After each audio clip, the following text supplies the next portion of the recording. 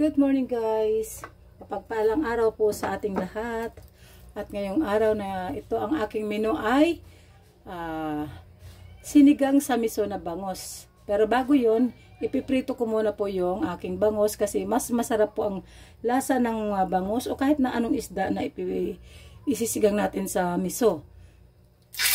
Ayan, medyo nakakalampit lang kasi alam naman natin ang bangos. Mabilisan lang ang paglagay guys. At ito na guys yung ating pinaritong bangos. Medyo half fry lang siya, hindi siya yung lutong-luto talaga kung mapansin nyo. Kasi lulutuin naman natin siya eh. Ano lang natin, pinapalabas lang natin yung talagang mas niya na lasa ng bangos. Kasi nagkakaroon siya ng ibang lasa pag pinirito kasi. At yan sa isang kasirola, ako ay magigisa na ng ating mga ingredients dyan. Ayan, umpisa natin sa luya.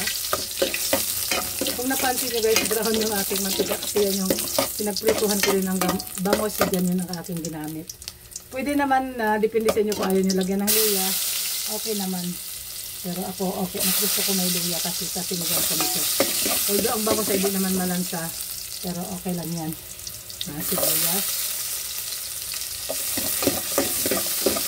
Hindi na init na kasi yung pasirola natin, magiging luto. At kamatis. Isa lang muna natin hanggang sa maluto din siya. Ayan, at dahil okay na, ilagay ko na yung aking miso. Yung anak ko kasi ang bumili ng miso, kaya kaparanggot lang. So ako dapat 2 balot ang aking bibigyan. Ayan eh, kanya-kanyang style lang, pero ako yung sinasama ko talaga sa pag-isa yung aking miso. At gaya nyan, natutuyuan na siya, wala ng mantika. Lalagyan ko na siya ng sabaw. Sabaw na sang kariserola. Yan. Tama lang muna yan. Panit naman pag maubos sa sabaw. At antayin na lang natin muna siyang kumulo bago natin ilagay yung mga gulay. Meron pala ako dito. Meron ako ngayon. Mustasa. Siyempre yung panggisa. Sinigang sa miso. Pangsigang sa miso para.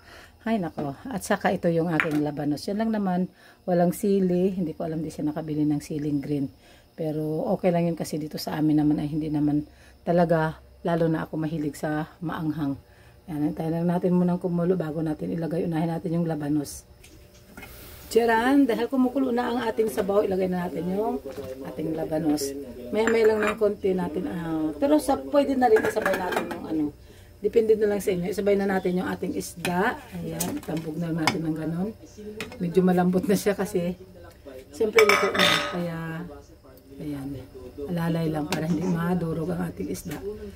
Ayan, at siguro mga 5 minutes more na kulo. Pag naluto na yung labanos, it means luto na rin yung ating bangos. Kaya, sunod ulit. Antabayanan na lang. Naks, antabayanan.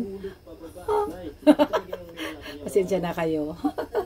Ay, nako. Ayun, ganyan lang ang simpleng pagluto ng ulam. Minsan, didiskartehan na lang natin kung paano natin mapasarap. Kasi parang common na yung sinabawan, sinigang na bangos, paksiw na bangos. Although marami na rin ang nakakaalam o nagluluto nitong sinigang sa miso na bangos.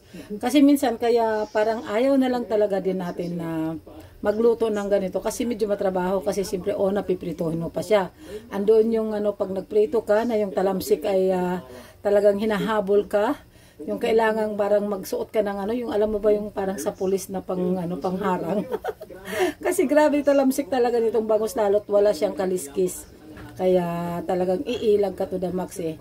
At delikado kasi lalo na kung wala kang salamin at matamaan ka sa mata. Kasi meron ng kapitbahay kami doon sa probinsya na sa pool tumalamsik sa kanya yung mata sa mata. Yung mata ng bangos talaga mismo.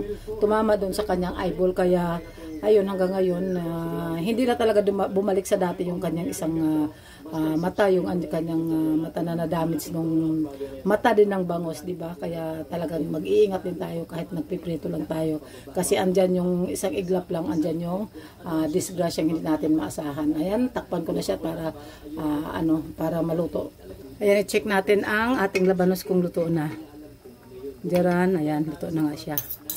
Kaya ilagay na natin ang ating labanos, mustasa, pero nauna na yung labanos. Ayan, lagay na natin siya. At pagbaba nito ay ilagay na rin natin yung ating pang-asim. Ayan, isang kulo lang. At ilagay natin yung ating pang-asim. Parang bitin yung aking sabaw, lagdag ko ulit. Ayan, pwede na yan. Enough na yan. At lalagyan ko na siya ng asin. Kasi kanina yung asin ay sa bangus lang. Hindi ko siya nilagyan ng asin. Ayan. Tayo na lang natin ulit na kumulo. At yun, presto, pwede nang kumain. At ayun na nga guys, luto na siya. Lagyan muna natin ng pampalasa. Ayan, at tapos isabay na rin natin yung ating pang-asim. Ayan. Tansyahin lang natin. Hindi natin maubusin yan kasi hindi naman carry pag sobrang maasim. Ayan.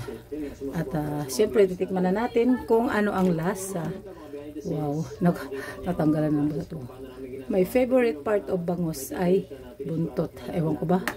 Parang hindi talaga ako happy pag hindi buntot yung aking party sa bangus. Kaya yung iba yung kapitbahay na ayaw nila ng buntot, binibigay nila sa akin. O, di ba? Nakakalibre ako ng ulam. Pag may buntot lang sila. Ayan, tikman natin kung ano ang kanyang lasa, kung ano pa ang kulang. Medyo kulang ng kunting asin. Ayan, dagdagan natin kunting asin. Saka isang maliit na kutsarita na sugar para pambalance ng lasa. Maasim, maalat-alat na manamis-namis. Guys, totoo na. At ayan na, kain na tayo. Maraming salamat muli sa inyong suporta at panonood sa aking mga video. Please subscribe for more videos and like na rin syempre. God bless us all and Jesus loves you and Ma'am Shinings loves you.